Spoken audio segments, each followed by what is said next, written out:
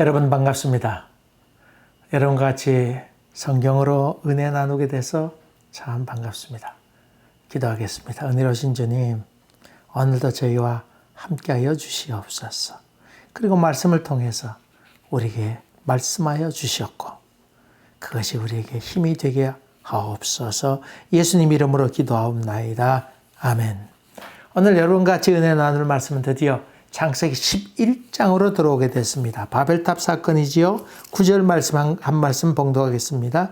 그러므로 그 이름을 9절입니다. 9절 11장 9절 그러므로 그 이름을 바벨이라 하니 이는 여호와께서 거기서 온 땅의 언어를 혼잡하게 하셨음이니라. 여호와께서 거기서 그들을 온 지변에 흩으셨더라. 아멘. 창세기 3장부터 11절까지 인간이란 무엇인가? 지난번 말씀에서 아담아 내가 어디 있느냐? 이것이 큰 주제라고 하는 말씀을 드렸습니다. 죄된 인간의 원 역사를 이야기하고 있지요. 노아 홍수 이후에 그것을 목격했던 노아의 자식들이 있지 않습니까? 그러면서 그 자식들에게 아마 노아 홍수 있었던 얘기도 들려주게 되고 그 하나님의 심판의 이야기를 후손들에게 자꾸 들려주었던 것 같습니다. 그래서 어떤 사람들은 마음에 그것을 교훈 삼고 또 믿음을 갖고 그렇게 살아가는 사람도 있었겠습니다만은 반대로 거기에 반대해서 저항하고 거부하고 무엇보다 하나님의 심판에 대해서 두려워하면서 야, 만약 하나님께서 다시 우리를 심판한다고 하면 어떻게 될 것인가? 또다시 하나님께서 물로 심판하시게 되면 우리는 다 죽게 되는 것 아닌가? 그런 두려움과 걱정으로 인해서 저들은 바벨탑을 쌓게 됩니다. 아마 농사 지으면서도 아마 이런저런 일을 하면서도 여차하면 거기로 숨으로 올라가야지 아마 그런 생각을 했던 것 같습니다. 소위 얘기해서 건방진 생각들이 그들 마음 가운데 가득했습니다.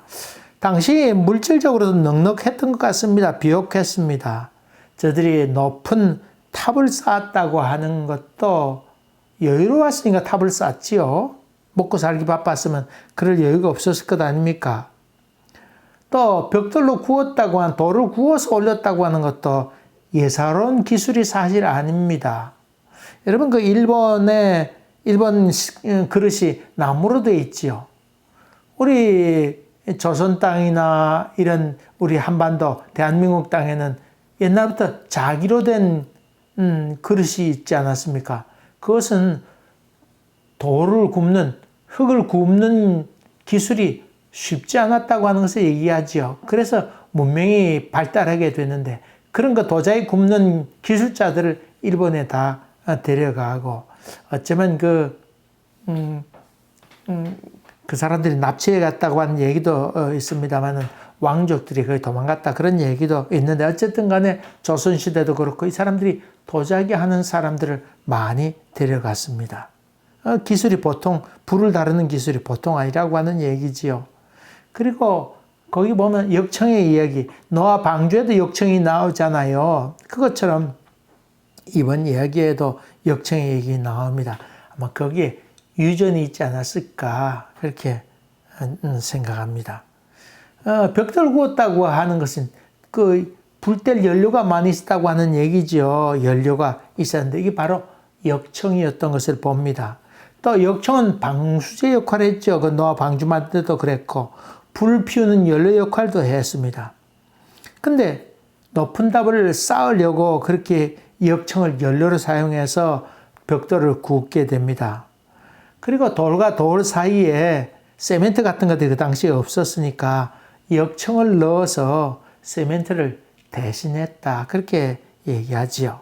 지금도 유브라테스 강과 그 티그리스 강 사이에 아주 비옥한 땅이 있지 않습니까? 그것을 소위 바벨탑이 있는 곳으로 추정하는 곳인데 풍요한 반달 지역으로 그렇게 알려져 있죠.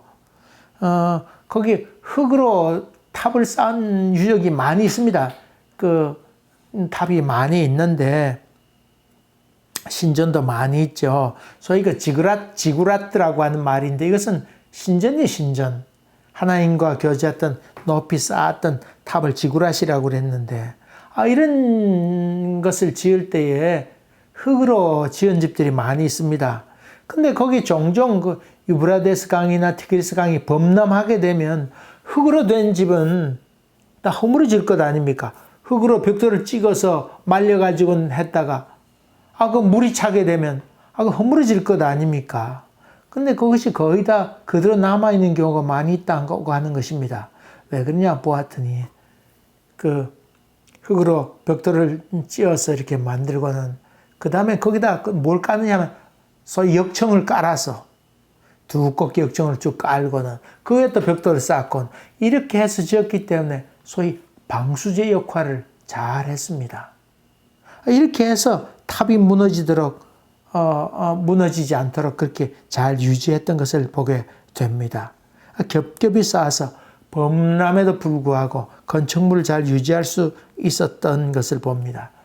또 이 바벨탑 쌓았다고 할 때 우리 지금처럼 뭐 피사의 탑처럼 그냥 곧바로 이렇게 지은 것이 아닙니다. 그런 기술이 그 당시 있은 것이 아닙니다. 여러분이 잘 아시는 것처럼 피라미드처럼 밑에 넓게 하고 그 다음에 좀 위에 좁게 하고 이렇게 해서 이렇게 쌓아 올렸던 것을 보지요. 그래서 맨 밑바닥은 좀 넓고 아주 넓고 점점 좁아지는 형태로 그렇게 탑을 쌓았던 것을 봅니다. 하나님께서 뭘 하나 보자 하고는 이렇게 와 보셨는데 아이고 이들 하는 걸 보고는 안 되겠다. 이게 너무 교만해서 안 되겠다. 그렇게 하셔서 바람을 이렇게 슉 보내신 것 같습니다. 그런데 그런 말미암아 언어가 혼잡하게 되었더라. 그래서 혼란이 오게 되었습니다. 탈무드에 보면 벽돌을 이렇게 위에 있는 사람이 야 벽돌 다오. 그래서 밑에 있는 사람이 벽돌을 올려줘야 되는데 말귀를 못 알아듣고는 망치를 보냅니다. 야 그거 말고 벽돌 달라니까. 그래도 또 다른 것도 얼른 줍니다. 이렇게 되니까 화가 나서 싸움이 되고 이 일 못 해먹겠다. 그래서 처음에 몇 번은 그만둡니다마는 나중에 언어 소통이 되지 않으니까 결국 그 화로 말미암아 화고 나서 싸우게 되고 그로 말미암아 살해하는 장면까지 나오게 되고 다 저들이 뿔뿔이 흩어지게 되어서 지금에 이르게 되었다. 바벨탑 당시에 그 인간의 모습을 잘 설명하고 있지요. 탑을 하늘에 닿게 하자. 오를 대로 올라보자. 우리도 하나님께 오를 수가 있다. 그것을 얘기하고 있습니다. 수년 전에 그 황우석 박사 줄기세포 문제가 나왔는데 이로 말미암아 많은 논란이 있었지요. 황우석 박사가 불교 신자지요. 또 수의과 출신인데 아주 뛰어난 연구를 많이 했죠. 여기 저희 아들 얘기를 들으니까 여기 병원에 있는 사람은 이런 세포 연구하는 사람들이 의사나 연구하는 사람들이 황우석 박사가 생각하는 그 차원이 자기들은 계속 선을 지금 얘기하고 있는데 이 사람은 입체를 얘기해서 사고의 발상만 해도 이 사람은 노벨감 이상이다. 그런 얘기도 했다고 하는 것을 들었습니다. 보통이 아니라고 하는 대단한 사고의 발상이다. 그렇게 얘기했습니다. 어쨌든 간에 이 일로 말미암아 그 인간 윤리 문제가 나오지 않았습니까? 복제 인간 얘기가 나오고 생명 윤리를 어떻게 해둘 것인가. 그래서 한국에는 대논란이 일어나게 돼 종교계에 있는 사람들이 다들 반대하고 나서게 됩니다. 근데 지금 시간이 점점 지나서 잠잠해지고 전 세계가 줄기세포 연구에 박차를 다 가해서 힘쓰고 있습니다. 그 이유 가운데 하나는 상당히 돈이 많이 되는 것이지요. 돈이 많이 되는 것입니다.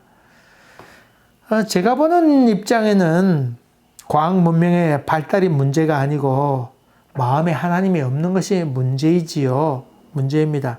여러분 잘 아는 그 아인슈타인, 그 상대성 원리를 얘기했던 그 아인슈타인 같은 경우 참 대단한 물리학자 아닙니까?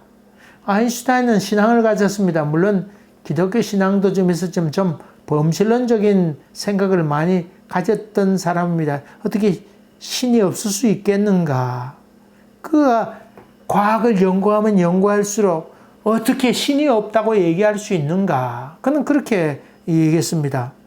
정말 과학을 연구해 가면 갈수록 그 오묘함과 그 놀라운 그 질서의 세계를 바라보면서 얘는 부인할 수 없다. 신이 없다고 말할 수 없다. 그렇게 얘기하면서 물리학을 공부할수록, 과학을 탐구할수록 신의 존재를 더욱더 느끼게 된다. 그는 그렇게 얘기했죠. 과학의 문제는 교만이 문제지요. 과학의 문제가 아닙니다. 거기에 하나님이 없어서, 과학자들의 마음 가운데 하나님이 없어서 내 힘으로 하나님께 도달할 수 있다고 하는 생각, 이것이 큰 문제지요. 발전 추구하는 것보다 또 나은 세상을 위한 노력하는 것은 사실 귀합니다만은, 보다 나은 세상을 추구하는 것, 발전해 가는 것은 귀한 것입니다만은, 문제는 깊은 교만이 문제이지요. 인간의 교만. 이것이 결국은 깊은 죄로 이어지는 것을 봅니다. 그 다음에 거기 나오는 얘기 가운데 바벨탑을 쌓으면서 자기 이름을 내자고 지금 얘기하고 있습니다.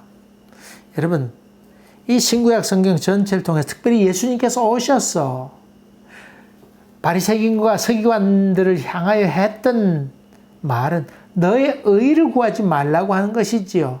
하나님과 대적되는 것이 뭐냐면 인간의 의. 내가 이만큼 내 이름을 내고 내가 이만큼 했습니다. 자기 의를 구하는 것. 이것이 하나님과 대적하는 것이라고 하는 것을 예수님 부단히 말씀하셨죠. 하나님의 의를 저버리고 자기 의를 드러내려고 하는 것. 이때 하나님의 심판이 임했던 것을 봅니다. 성경에 나오는 사건 가운데 여러분이 잘 아는 사울이 있지 않습니까? 사울은 전쟁에서 아말렉과의 싸움에서 승리하게 됩니다. 근데 하나님께서 전쟁에 승리한 다음에 모든 걸 다 죽여버리라, 그렇게 얘기하지 않았습니까? 그런데 이 사울은 그렇게 하지 아니하고 기름지고 좋은 것들, 이런 것들은 그대로 놔두고 보잘것없는 것은 다 죽여버리고 불태워버리는 그런 일을 보게 됩니다. 하자는 것은 다 죽여버립니다. 이것을 보셨던 하나님은 사울을 왕위에 세운 것을 후회하셨다, 그렇게 얘기하면서 사무엘에게 얘기하게 될 때 사무엘이 밤새껏 잠을 못 자고 옵니다. 하나님 마음이 어떻겠을까? 그리고 사울에 기름 부었는데 저게 어떻게 저렇게 되었냐는 마음에 한탄한 마음이 생겨서 그가 밤새 하나님께 부르짖며 기도하게 됩니다. 그리고 아침 일찍 일어나서 사울을 만나려고 합니다. 사울을 만나려고 합니다. 아마도 사울을 만나서 하나님께서 섭섭해한다, 지금이라도 돌이켜라, 아마 그 말을 하려고 했던 것 같습니다. 그런데 이 사울을 만나려고 가려고 하는데 거기에 있던 어떤 사람이 얘기합니다. 지금 여기에 사울이 없습니다. 사울은 기념비를 세우려고 길갈로 내려갔습니다. 여러분, 이 말 들었을 때에 사무엘이 얼마나 기가 찼을까요? 기가 막혔을까요? 성경에는 그 얘기가 나와 있지 않습니다. 나중에 그 얘기가 나옵니다만 그때 사울이 얼마나 기가 찼을까요? 그리고는 이 사무엘은 길갈로 사울을 만나러 가게 됩니다. 거기서 만나게 됩니다. 참, 그때 만나서 사무엘은 사울에게 이렇게 얘기합니다. 당신이 어찌하여 탈취하게 급급하였어. 탈취하게 급급하였어. 이런 일을 행하였나이까. 유명한 말이 나오죠. 순종이 제사보다 나은데 당신이 어찌하여 하나님의 말씀을 순종하기를 거부하고 그렇게 하였나이까. 참 그 안타까운, 당신이 작은 지파에 있을 때, 그럴 때 참 겸손하더니 이제는 왕이 된 다음에는 당신 마음대로 그렇게 해도 된다는 말입니까? 하나님께서 하나에서 열까지 다 당신 여기까지 세웠는데 당신이 그래서는 된다는 말입니까?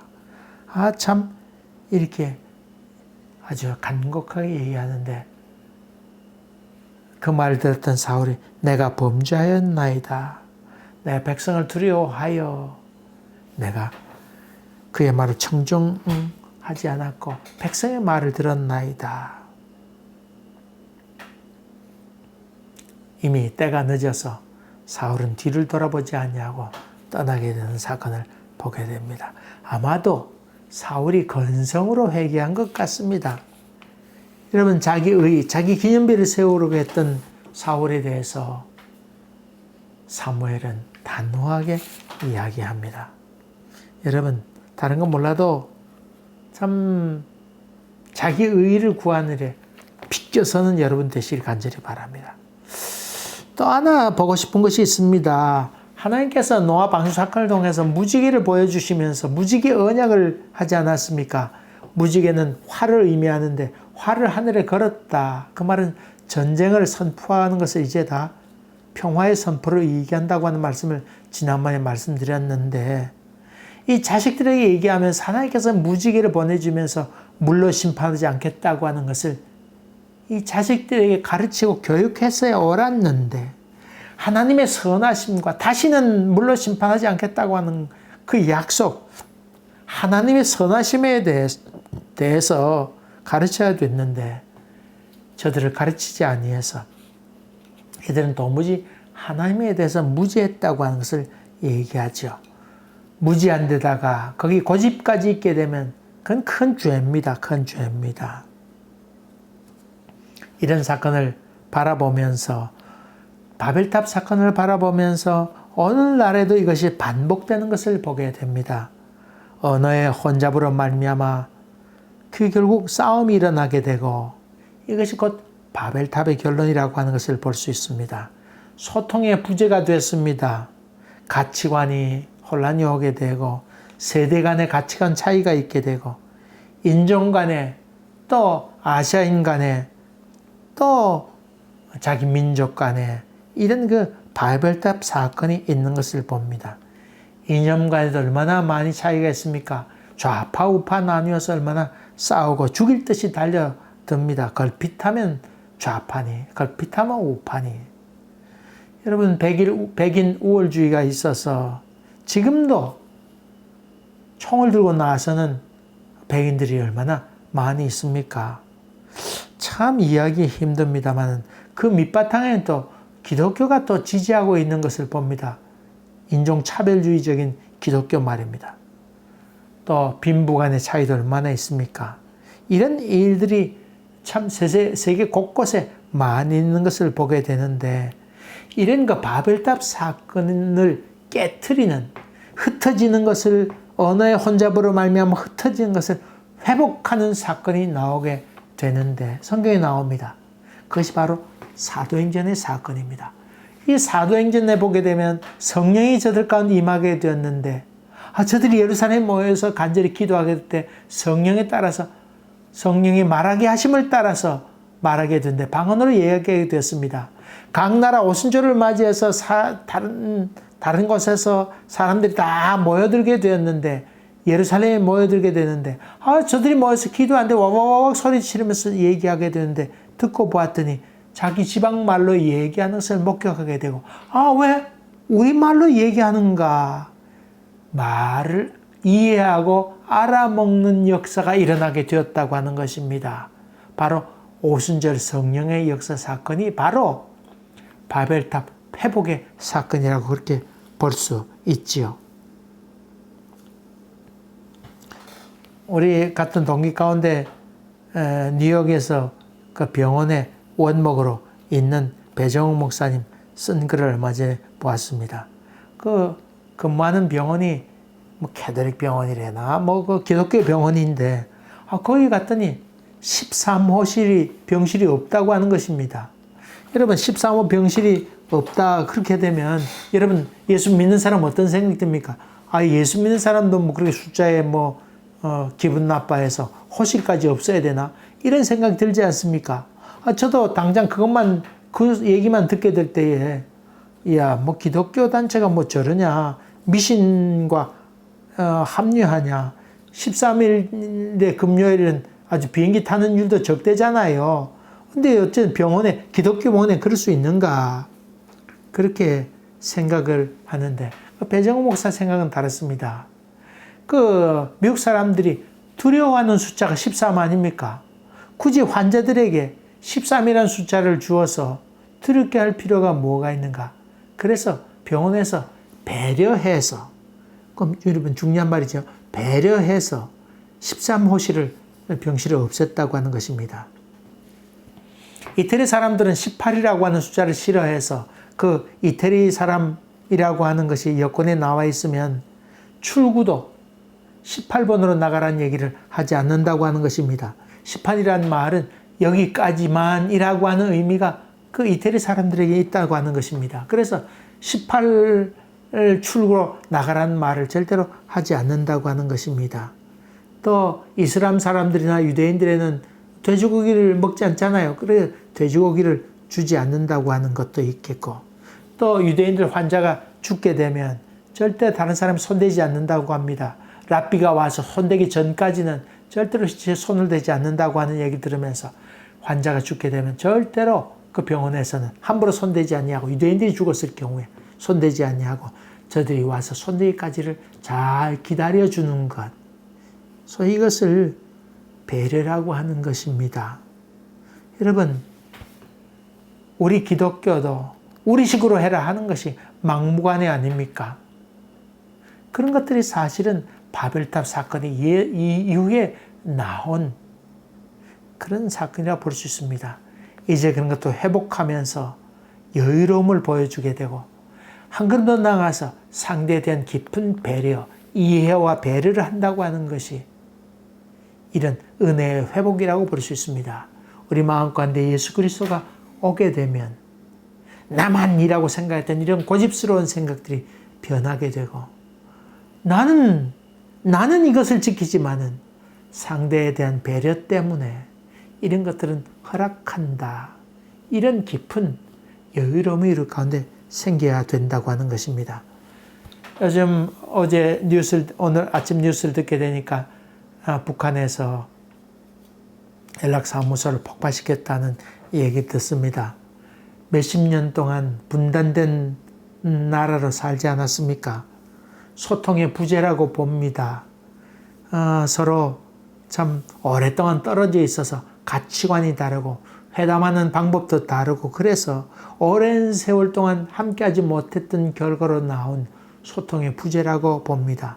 그러면서 참 없는, 모든 것이 풍족하지 못한 북한의 코너에 몰려있는 북한의 사람들의 마지막 자존심이 있는데 그것을 건드리지 않는 것이 얼마나 필요한 일인가. 그것이 바벨탑의 회복의 사건이라고 이렇게 봅니다. 사실 미국이나 우리 남쪽에서 그 약속을 이해한 것이 사실 없지 않습니까? 나 같아도 분노하겠습니다. 분노한다고 해서 그걸 폭파까지 할 필요가 뭐가 있겠나 하는 생각을 하면서 씁쓸하다고 하는 생각도 좀 갖는 것은 분명합니다. 저도 그렇게 생각합니다. 우리 국민과 같이 그런 생각을 갖습니다만, 그건 한편 생각해 보면 미안한 마음도 가득합니다. 우리도 잘못한 것이 많이 있고 그동안 오랫동안 헤어져 있어서 이런 문제가 발생했구나 이러면서 하루속히 이런 문제가 회복되게 되고 서로 교류하게 되는 일이 있기를 저는 특별히 오늘 새벽에 맞이하면서 간절히 기도했습니다. 여러분, 이런 그 바벨탑이 회복되게 되는, 바벨탑 세우란 말이 아니고 언어의 장벽이, 혼란이 회복되게 되는 오순절의 사건이 남과 북에도 부러지게 되고, 지금 미국에 혼란이 일어나서 인종주의로 말미암아 싸우는 역사가 일어나게 되는데, 여기도 성령의 바람으로 말미암아 서로 가슴에 뜨겁게 앉는 역사가 있어지기를 주의 이름으로 간절히 기원합니다. 기도하겠습니다. 은혜로우신 주님 감사합니다. 바벨탑 사건으로 말미암아 혼란스러웠던 언어의 사건이 소통하게 되는 성령의 사건으로 귀하게 회복된 역사가 있어지도록 인도하여 주시어서 깊은 회복의 역사가 있도록 도와주시옵소서. 예수님 이름으로 기도하옵나이다. 아멘. 감사합니다. 또 뵙겠습니다.